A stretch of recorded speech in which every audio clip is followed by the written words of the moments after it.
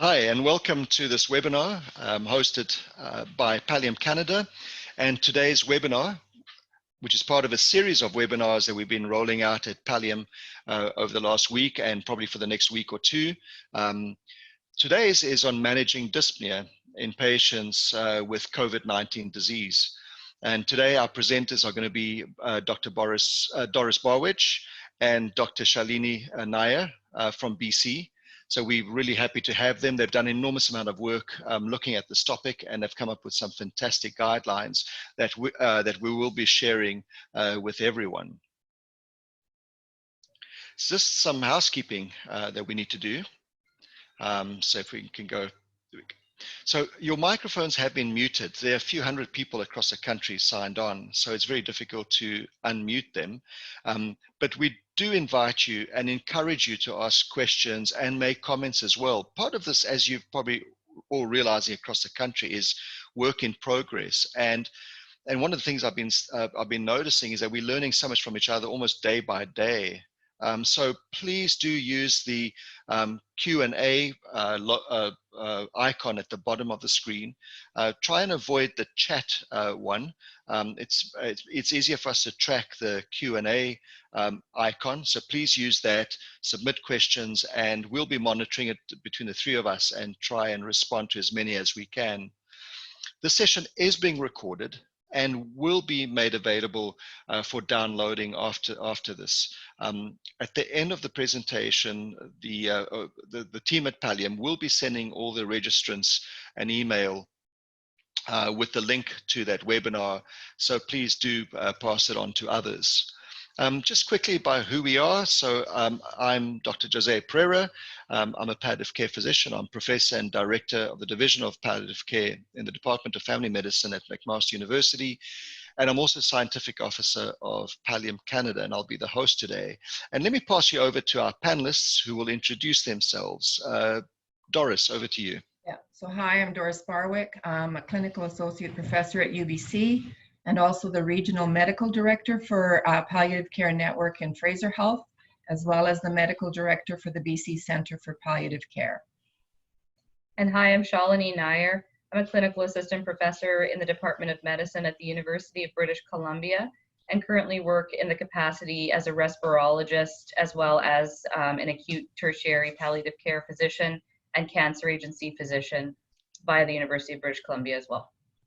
So the only conflict that I have to declare is that I'm employed by both Fraser Health and the BC Centre for Palliative Care. I also hold some research funding from CIHR and Canadian Frailty Network for advanced care planning and research. I have no conflicts to declare. And in terms of the conflicts, I think it's important to share that Palliative Canada is a non-profit organization. Over the years, we've been funded mainly by Health Canada in the form of contribution programs. We've also recently received some funding from the Canadian Medical Association to help us put a lot of our materials online and make them available to clinicians. Some of our funds are also generated by way of registration fees to our LEAP courses. We thought we'd describe some learning objectives for you just to try and set the pace of our conversation and what we hope we'd be able to describe to those that are included. So our hope is to describe the prevalence of dyspnea in patients with the COVID disease, as well as the frequency relative to other symptoms, to review some pathophysiologic processes that relate to breathlessness and review why our patients are breathless, including ARDS, to talk about therapies, either common therapies that are used and when we should use them for specific disease states, and manage and speak to a protocol that we have developed here in Fraser Health to manage dyspnea in these patients. We're hoping to highlight the use of common drugs in palliative medicine, including opiates, as well as compare our usual palliative care approaches to more COVID-specific palliative care approaches that we can use. So it's divided into three parts, basically. So we'll start with background information, and then unique aspects for COVID-19, and then go into the meat of the management of dyspnea presentation. So COVID-19, as we have come to understand, the incubation period between 1 to 14 days and highly contagious, which is why we thought we would share the presentation like this. It's sort of very prevalent throughout Canada right now. And we know that the transmission is mostly seen between people who are within less than 6 feet of each other. We know that respiratory droplets are produced when any infected person will cough, sneeze, or talk.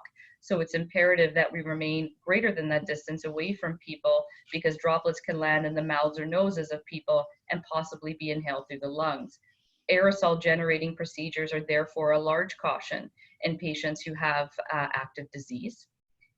Understanding COVID-19 and looking through a lot of the data that we've been able to get, including out of Wuhan, which is the epicenter of the outbreak where it started, we know that there's a unique ability to target lower airways, which is a little different from some of the other coronaviruses and common viruses that we see that do cause respiratory type symptoms.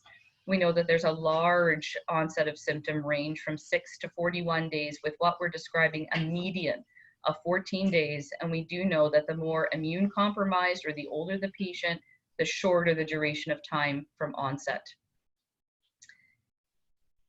In terms of common presentations, we do know that fever and dry cough, as well as fatigue and shortness of breath, are very common symptoms of a viral pneumonia in general. Like, you don't expect to get that same productive cough that you do in bacterial pneumonia, which seems to be a very important clinical distinction that we've been seeing.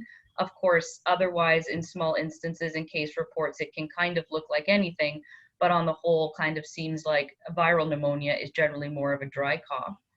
If it progresses to a lower respiratory illness, it generally progresses over the course of a week and may cause rapid progression, going from hours to severe respiratory symptoms. I will say, however, that looking at the data, that cohort of patients is a little less, maybe less than 5%, and hoping that the recovery stays within about a 2-week period, 3 to 6 weeks if severe. The pathophysiology of COVID-19 needs to be understood from four major groups, right? They're the subclinical group number 1, that are asymptomatic and infectious. And, you know, again, nobody knows why really people are progressing through any one of those 4. But the ones that seem to be most commonly seen are the ones who have the upper respiratory tract infections, dry cough, headache, and sinus type symptoms without any evidence of bacterial infection at the time. It may progress to or present like systemic flu-like symptoms. And what we're really worried about is that last group there, the lower respiratory tract and the diffuse illness. In the Wuhan data, it looked like between 5 to 6% of patients were presenting with a severe illness when they came to hospital, as well as the progression of viral pneumonia to ARDS. So I have a few representations of the pathophysiology of ARDS because I feel that it's very important to understand what ARDS is, what you're losing and what you're gaining in ARDS to be able to respond to with appropriate treatments. So lung injury happens when you have the damage of alveolar cells, which are responsible for producing surfactant in our lungs, which improve the lung compliance, the stretching of the alveoli. When these cells are damaged, you get what we call low compliance and elastic recoil, as well as loss of alveolar recruitment, effectively meaning that your lungs are stiff and it's difficult to exchange oxygen. If that begins to progress, you get collapse called atelectasis, and you get the formation of some strong fibrous strands, which make it even harder for your lung to re-expand. And that's why patients, when their breathing difficulty increases, even when they're on a ventilator, we say, you know, like this is low lung compliance secondary to ARDS because their lungs are stiff due to the injury to the surfactant producers. On the other arm there, you see release of vasoactive substances, which happens in inflammation, the typical players in aggressive inflammation.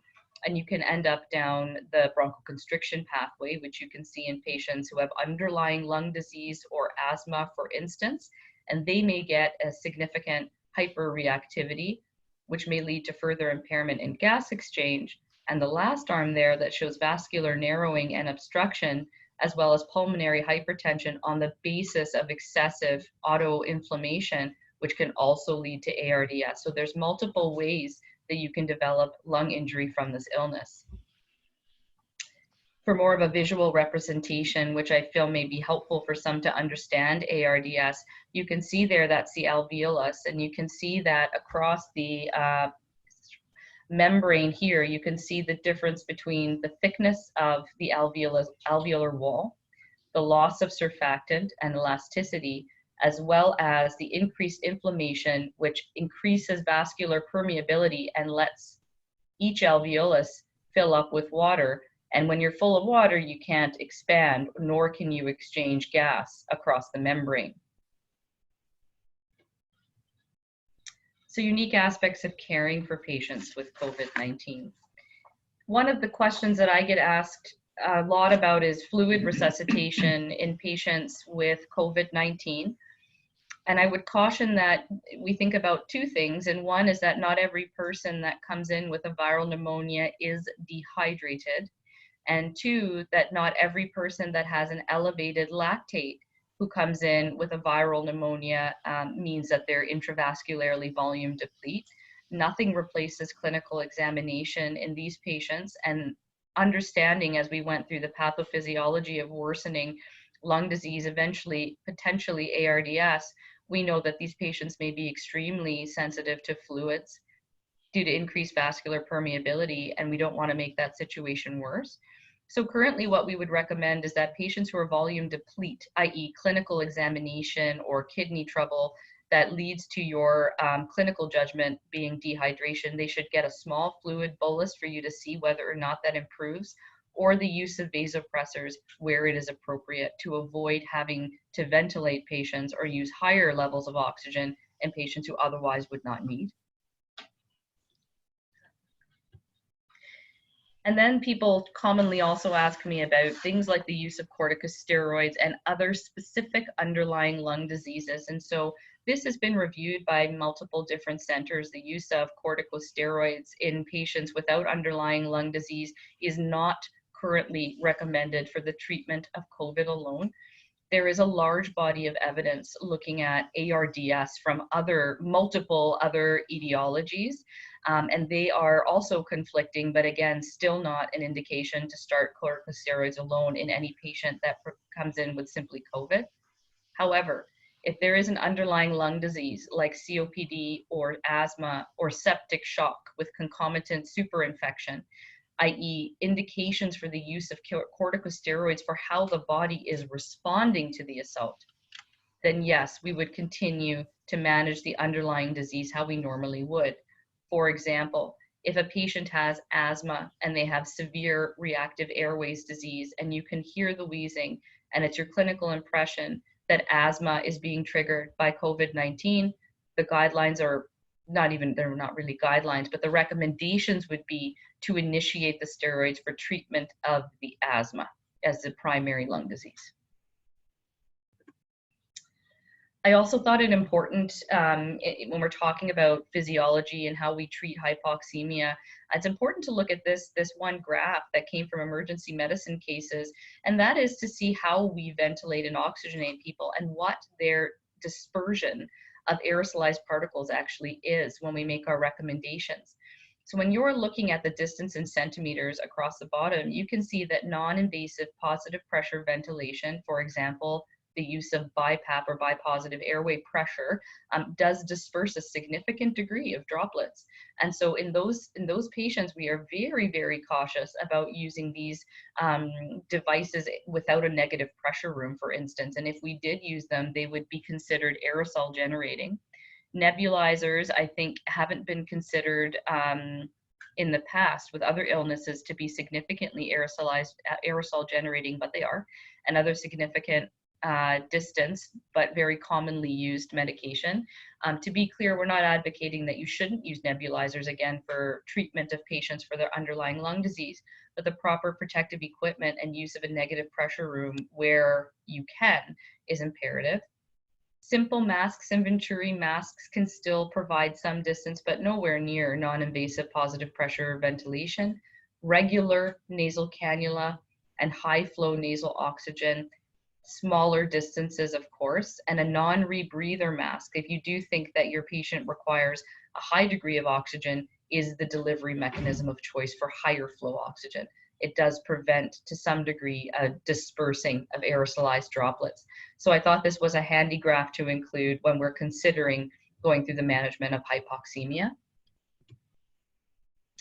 And then we have, so because of that chart and what we know, Fraser Health as a respiratory group, we have put together our thoughts regarding the use of CPAP and BiPAP in patients in our health authority. We believe that any patient suspected or confirmed with COVID-19 should not be started or used with CPAP or BiPAP without careful consideration. In terms of respiratory failure, early intubation, for various reasons actually, not just the aerosol generalization, may be useful, and that all staff should be prepared if they are used for full PPE for everyone around in the use of a negative pressure room.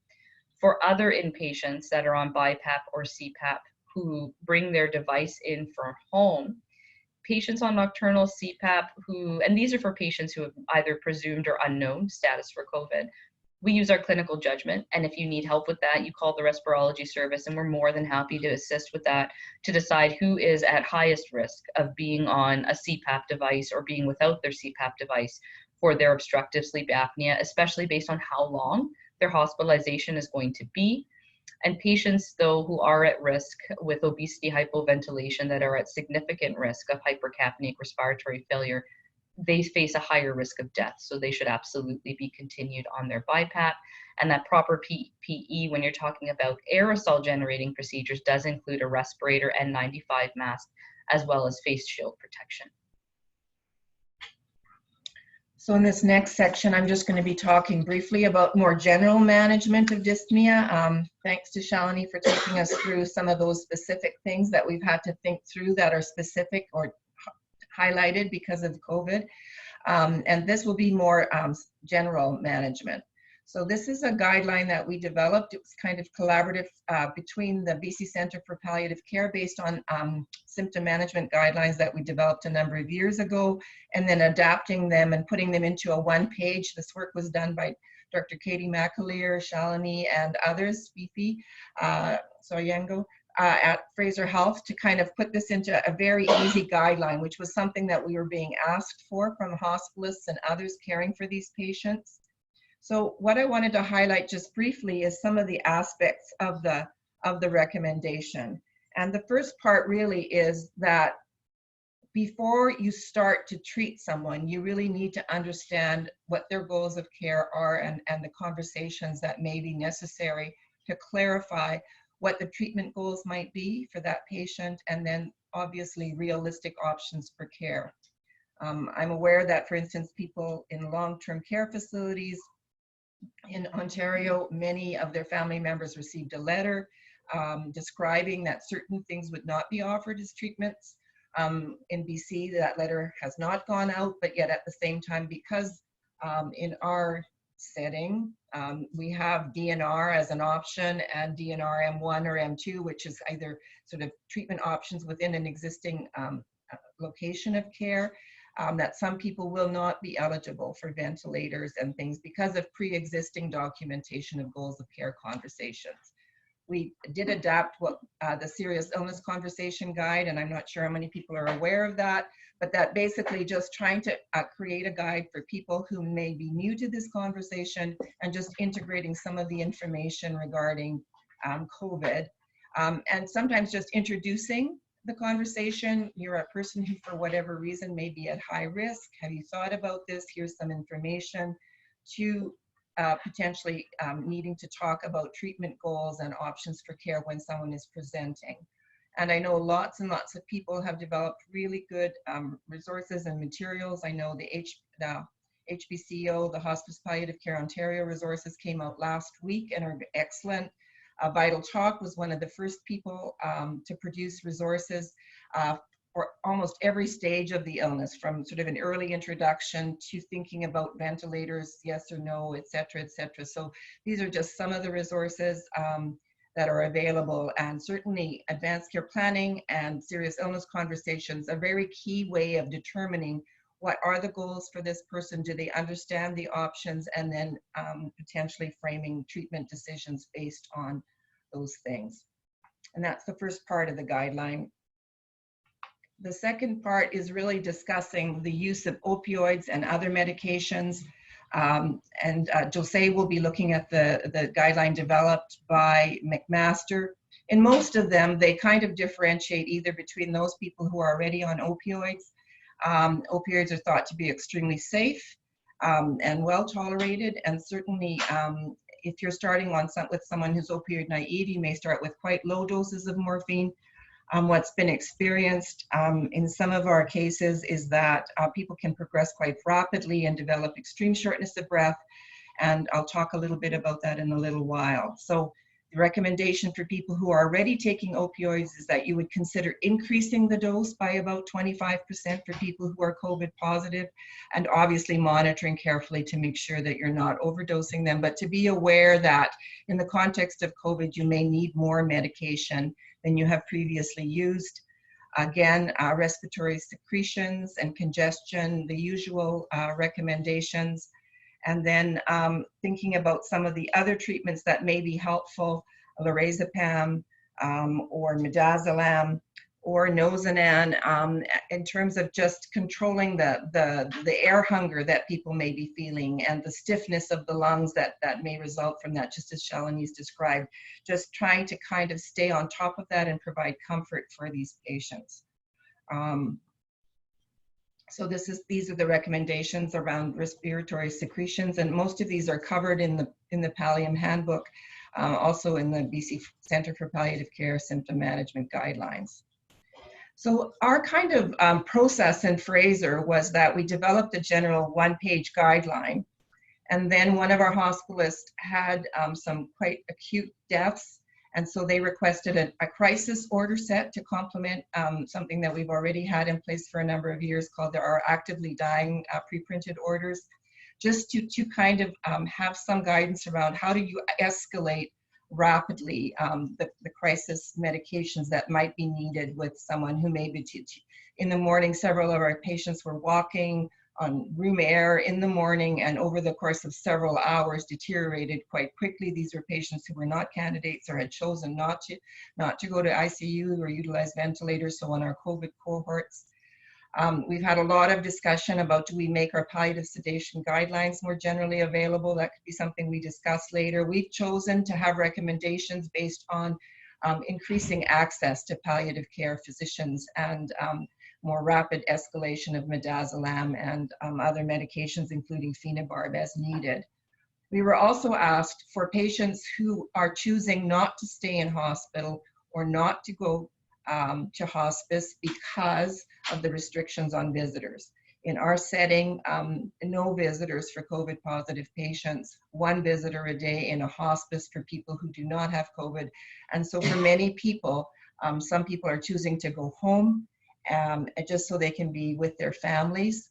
Obviously, a lot of things to think through there, and we've created a discharge checklist and some mini med kits with about 72 hours of medications. Again, we have had med kits for many years, but again, we don't want to put them in homes where there's a risk of COVID, and then the med kits are basically not good anymore. We are also now developing a COVID code for some of our cohorted units and an emergency med kit, just because what they were finding was in some of these acute crisis situations, one nurse needed to be at the bedside, and then another nurse was essentially running back and forth to get medications. And so we're just developed that. We've done a practice code, and we're just putting an emergency med kit together for our COVID cohorted units within hospitals. So these have all been developed in terms of hospitalists and others asking for more access.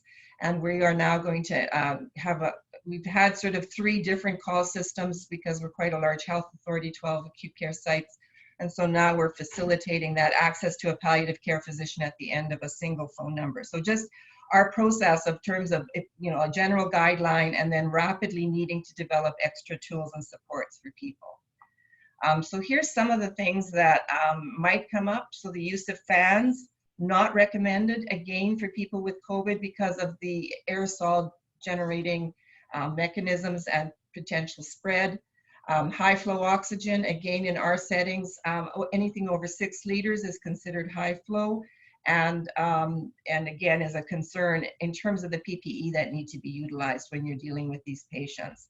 Shalini's talked about the non-invasive ventilation and just some of the recommendations around that.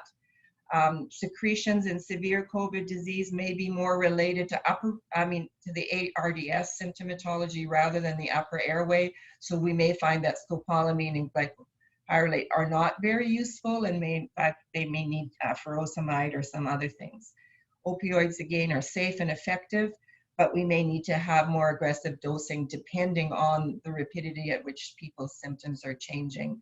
And just some general guidelines about morphine or hydromorphone or fentanyl, depending on if we have renal impairment. Also, first-line options for palliative sedation, again, most of our settings are using midazolam or methyltrimeprazine or Nozanan. Again, I know in some settings we've been identifying shortages potentially of some of these drugs. So again, you may need to be adaptable depending on what's available. And I think Shalini and José and I were talking before this, and we all really like phenobarb at a certain point when nothing seems to be working and you've used increasingly high doses of midazolam without much benefit. Then you may think about sublingual lorazepam in case they're shut down and not perfusing, or phenobarb. Emergency kits, again, in our setting, we're not dispensing the large kits because at this point, we're presuming that anyone in community could be COVID positive without, necessarily having symptoms. And so we're now going to much smaller mini kits and much smaller amounts of medication to reduce waste. José? Well, thank you very much. You may have heard Doris and Shalini emphasize the role of opioids as a palliative measure, and I really want to emphasize that again. So on this slide, we provided some references to the importance of opioids and the usefulness of opioids and the safety of opioids in the management of dyspnea. And that includes patients with advanced lung disease, so pre-existing lung disease. The opioids treat the dyspnea through several mechanisms. It's not just about reducing the sensation of feeling short of breath, but it also helps reduce the anxiety, altering the central response to exertion, and also helps with cough suppression. And in the next slide, we could just advance there. Yeah, sorry. Some further references, again, highlighting the usefulness of opioids. So we find that in our usual practices, we often have to try to convince clinicians that opioids are safe and obviously used in appropriate doses, that they are safe and they're very useful in these patient populations. So really want to emphasize that again. In speaking to some colleagues in Spain who've been really at the forefront of a lot of this work, they're mentioning that they find that they're having to start opioids actually quite quickly. As soon as someone seems to be deteriorating, which as we've heard can sometimes happen within just a few hours, that they are finding that it's better starting the opioids earlier than waiting for it later. So just want to emphasize that. And as one of our colleagues, James Downer, often says, that breathing is important for life, but feeling short of breath is not important for living. In other words, we've got to try and address the sensation of being short of breath. In the last few slides, I just want to highlight some of the work we've done at McMaster, but importantly, just to say that we use the Fraser Health and the BC Centre for Palliative Care guidelines as our foundation stone, and that really helped us because instead of starting things from de novo and the whole effort that takes to get a lot of different opinions from different experts, if you start from somewhere, and in our case, we found starting with the BC and the Fraser Health was extremely helpful. So on your screen, you'll just see a high satellite shot of the one pager that we've put together, and you'll see a lot of resemblances with the Fraser Health protocol. There are a few little changes here and there, but nothing significant in what we put together. Again, we've also, as the Fraser Health colleagues did, differentiate between patients not on an opioid and those on an opioid. And again, I want to emphasize what Doris said, and that is that if a patient's already on an opioid, you may have to increase it a fair amount to start seeing some benefits. In our protocol, we've also just highlighted for practitioners that in certain patients, we may need to use lower doses. And those are patients, for example, with renal impairment and with very significant severe pre-existing heart or lung diseases. So just be aware of that.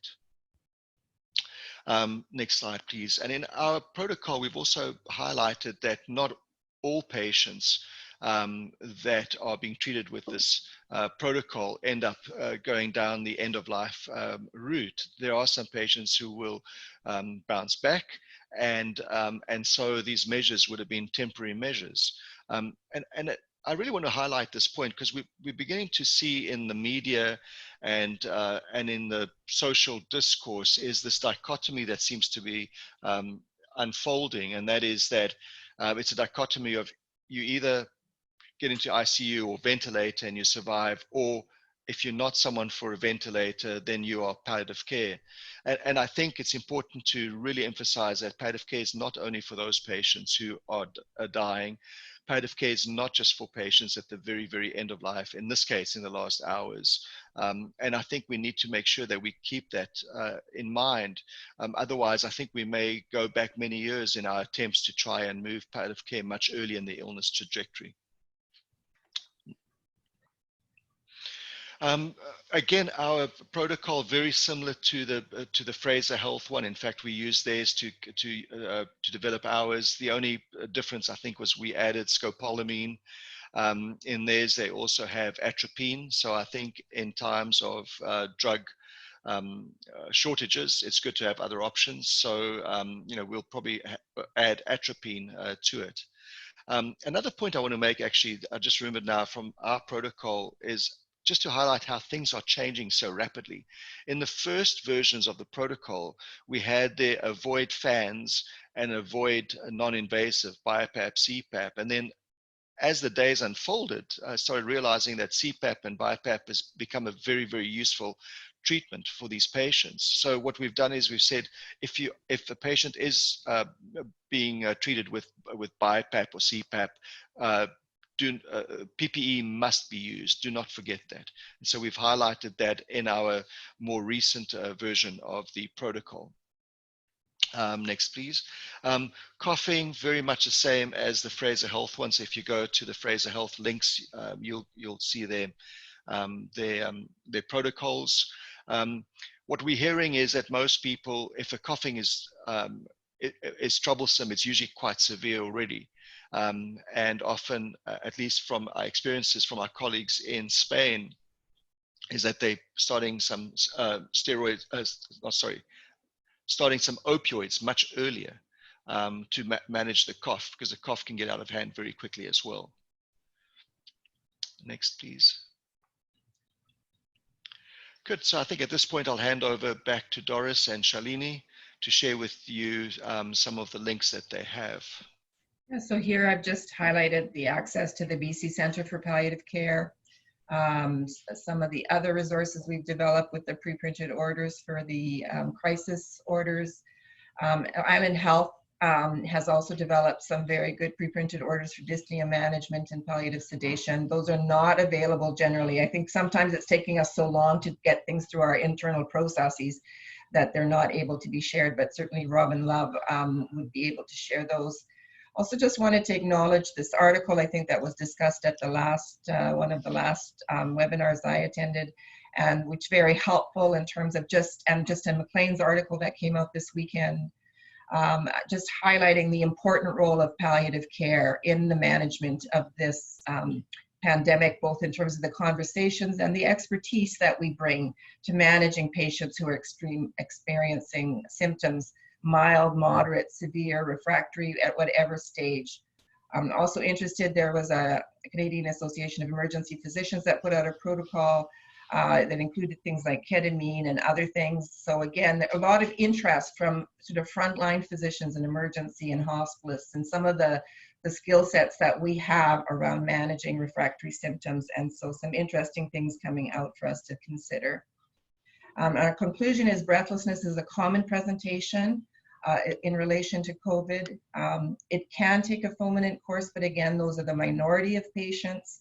but we may need to be prepared for that. That opioids and our usual management offer a very useful and safe symptom management options. And obviously, in every area that you work, there's going to be small local variations in terms of drugs that are preferred or more commonly used. And so some of what we've presented, as José has emphasized, can be used as kind of a baseline of what practice is like in other areas, and then may need to be tweaked or customized for your own settings.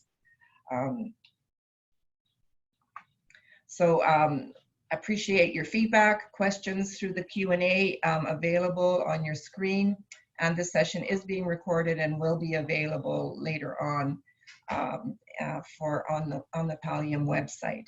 So I think we're open now for questions or comments. Yeah, Doris, Shalini, thank you very, very much. And thanks for sharing your insights and the generosity of your time. A few questions. There's one question here about, will you be willing to share your pre-printed orders and the COVID code orders or guidelines that you're developing? Right. Would that Yes. be available on the website? So most of these are not the COVID code, because we're still just finalizing that, but the pre-printed orders are available at the UBC division of palliative care website. They're already loaded there. So I think the links I put in were for the Fraser Health. It's very cumbersome to get there, but if you just put in UBC, University of British Columbia, palliative, you'll see that Dr. Holly Pippa's putting a lot of anything that we're developing, we're putting on the division website. So they're all available there. As they become approved, we're uploading them to the division website. There are also resources on the BC Centre for Palliative Care website. Those are more targeting families and caregivers and patients, the public, that kind of audience, versus the resources Pippa's uploading are more for healthcare professionals, and the Pallium website as well. Excellent. Shalini, I think some of the questions are for you. So I do see a couple of questions that maybe I'll just address out loud. So one came in, would you consider using a scopolamine patch for secretion management? And I think that's a really good question, because we do use scopolamine typically, and it comes in various formats, subcutaneously, etc. However, I would absolutely use a scopolamine patch for secretion management based on what I know from basic palliative medicine, not from COVID specific cases. However, I feel like when the patients are deteriorating that quickly, what we normally see in palliative medicine in the last 48 hours of life, and this is from my personal experience, even from the last week being in the ICU or respiratory medicine units, that time is like this short. It goes from 48 hours to maybe 12 or even shorter when patients are really starting to decompensate. So it may actually not be time sensitive to use a scopolamine patch. We just may not need to use it. Shalini, you know what's interesting is it's José here. I was going through the guidelines developed by the Spanish, by the University of Navarra, who's been very involved in this in Spain. And, you know, when we're using scopolamine parenterally, we usually, subcut, we usually use doses of about 0.4, maybe 0.6 milligrams. And it's interesting because in their guidelines, they're using doses of up to 1 milligram, which I'd never seen before. So my practice has always been to give a stat dose of 0.8 just up front with any person, which is a little higher, I guess, than, because, I'm used to seeing patients with tracheostomy as well. Like even in the community, we've used scopolamine for eons to manage secretions. And giving a stat dose at 0.8 just seems to have been more effective. And then actually I do reduce to like 0.4 to 0.6 actually in an intermittent usage. But I can see absolutely why they use so much up front. The time is so truncated. It's amazing actually sometimes how short that time is now. Ocular. Oh, there was another question on ocular. How does ocular contact with droplets cause COVID-19, either by viremia? And I think the short answer to that is any place that droplets carrying a viral load has an entry into a drainage port into your body, because it's a systemic process, right? The viruses multiply, get into cells, insert their RNA, cell bursts open and releases it the same way you would get it from inhaling it, right? You're getting into the bloodstream eventually, and that's how it's spreading systemically. So any place there's an entry port.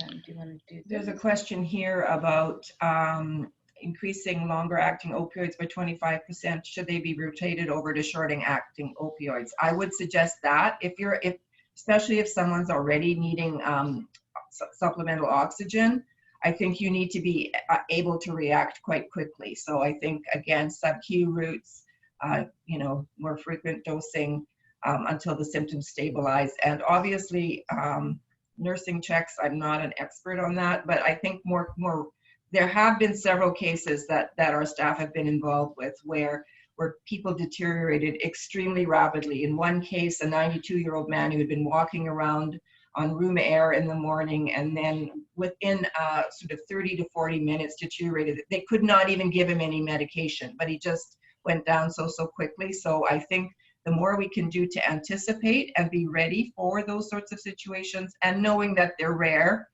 but you're kind of maximizing. So I think, I don't know, hourly checks probably. And to add on to that, which Dr. Barwich was just mentioning, and thank you for that, Doris, the pathophysiology that I mentioned early on about the upper to lower respiratory tract, there are other offshoots of pathophysiology that don't end in ARDS. For instance, patients who have multiple microemboli from the degree of inflammation that they're having. Those things, not just the COVID, viremia, or viral load, can also cause patients to decompensate quickly, right? So, and we have no way of understanding or knowing which patients would be the most at risk for those microemboli from an inflammatory reason. And that's why I think we're seeing people decompensate so quickly in some cases. You just can't control that, right? So just the way we would see a patient who had a pulmonary embolus or multiple small pulmonary emboli on the unit, you would not know, and they would go down pretty quickly, right?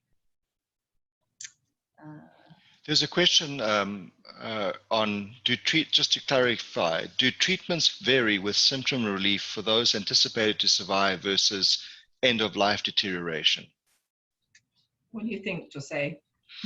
Look, I think in a time of a pandemic, especially when services are overwhelmed, when healthcare professionals are overwhelmed, lots of levels of distress and stress by healthcare professionals, I think we should try and keep it simple. So I think that, yes, I would use the same approaches, but obviously with your ongoing clinical assessment, you'll see how things are unfolding. But I think the principles hold the same for both, those who hopefully will survive and those who go on to regrettably, unfortunately, die. There's a question here about unopened vials of drugs that are being returned to pharmacists.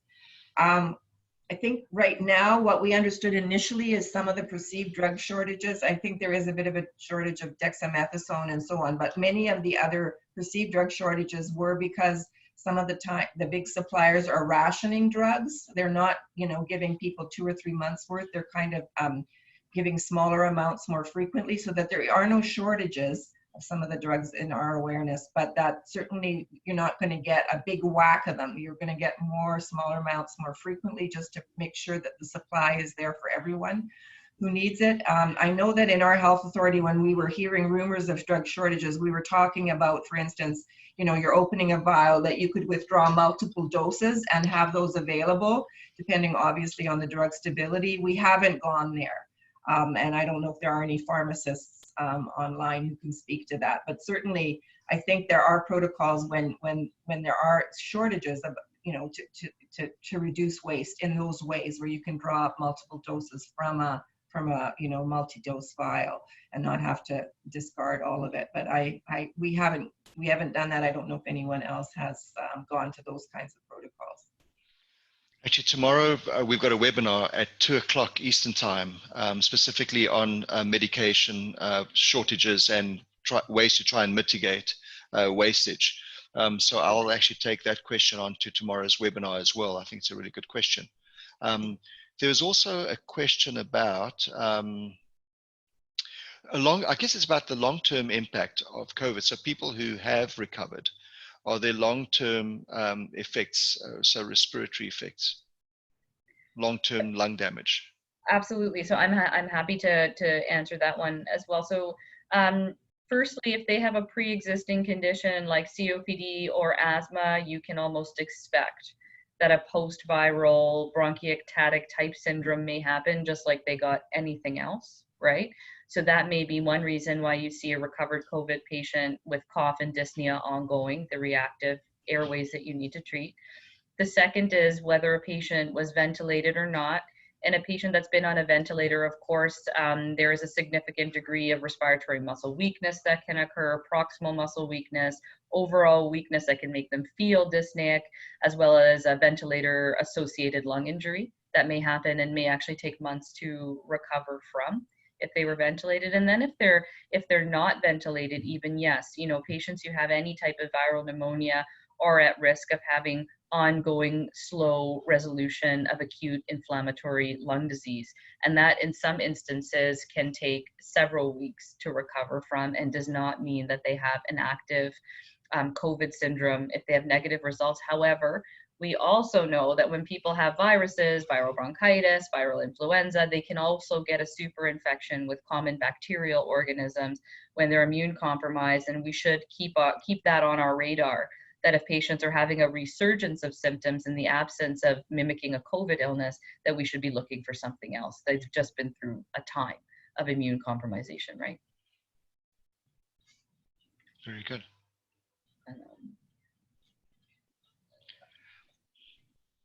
A question about patients with COVID choosing to go home. We've gone back and forth on this one. Obviously, because of the risk of significant dyspnea, hypoxemia developing quite quickly, it's something we're not recommending often, or we're really trying to like help people understand that things could go wrong quite quickly and that they may need to be prepared for that. And depending on the family and depending on how and why they're making those choices, yes, we are recommending that their caregivers use full PPE. Obviously, nurses coming in, shift care nurses, physicians, anyone like that would be using full PPE. We're also working with our paramedics to try to upskill them in terms of because they may be called in these crises, so needing to be prepared to give medication and so on.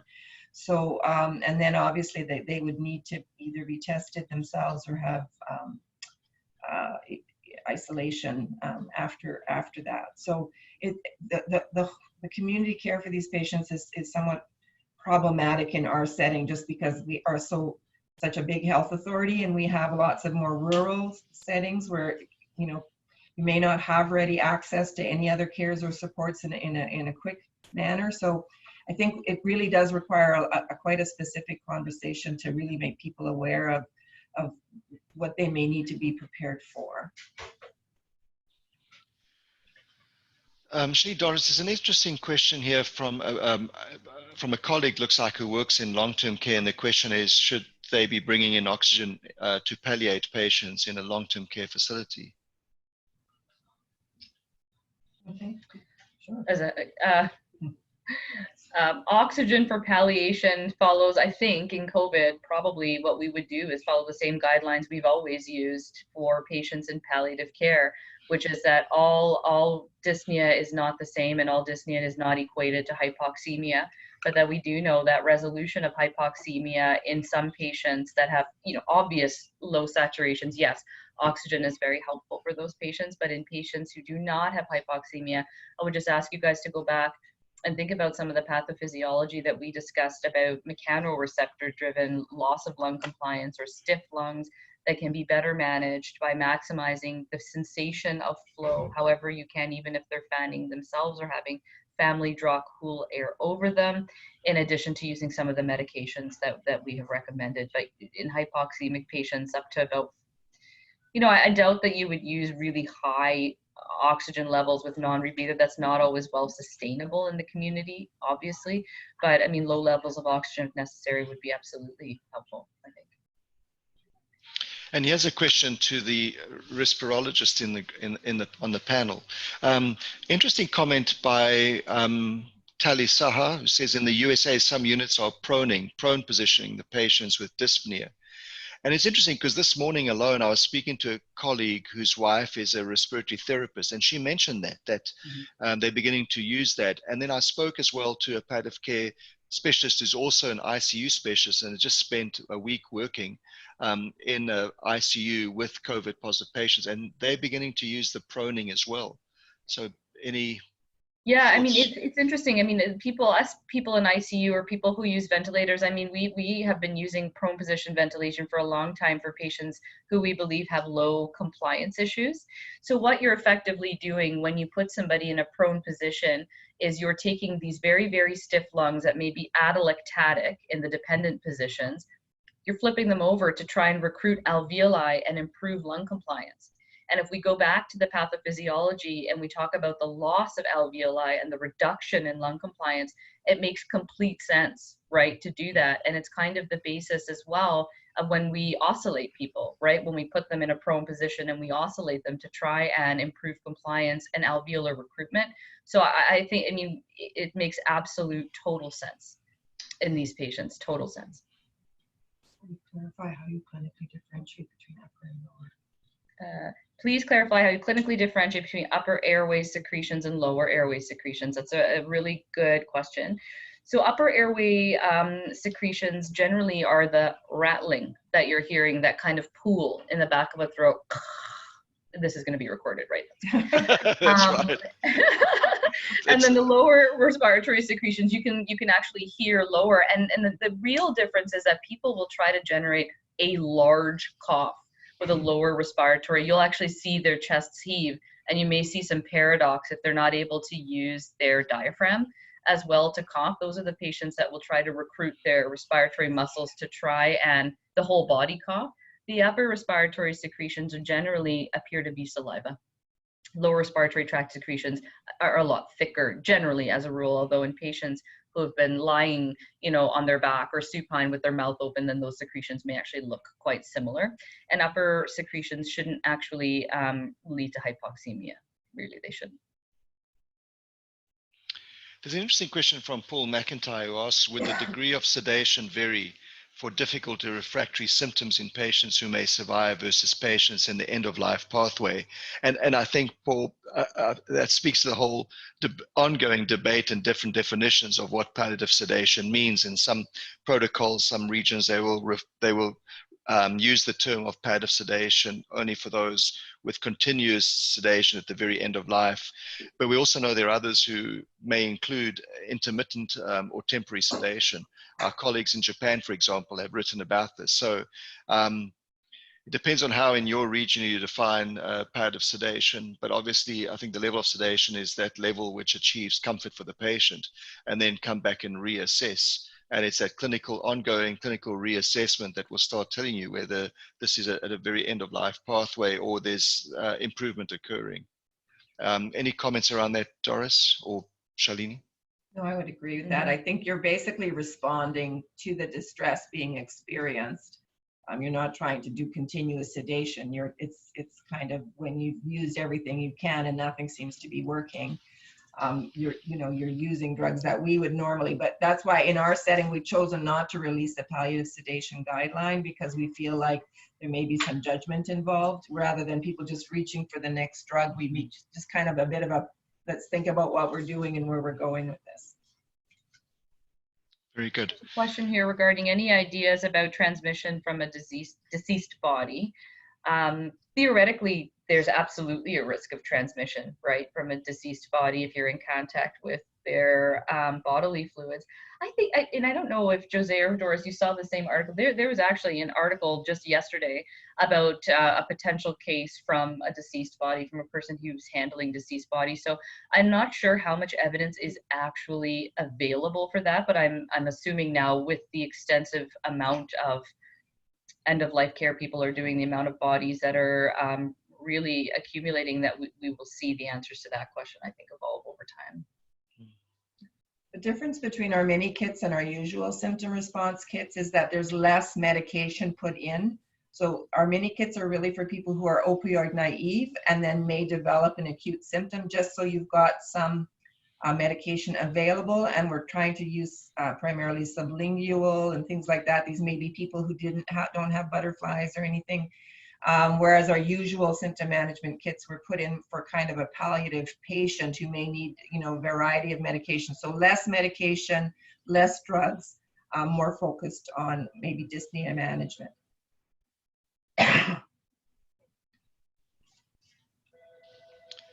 Very good. I think we've reached the end of the webinar. Again, to Dr. Barwich and to Dr. Nayar, thank you so much for your time and for sharing your insights with us. Thanks to everyone who've joined from across the country.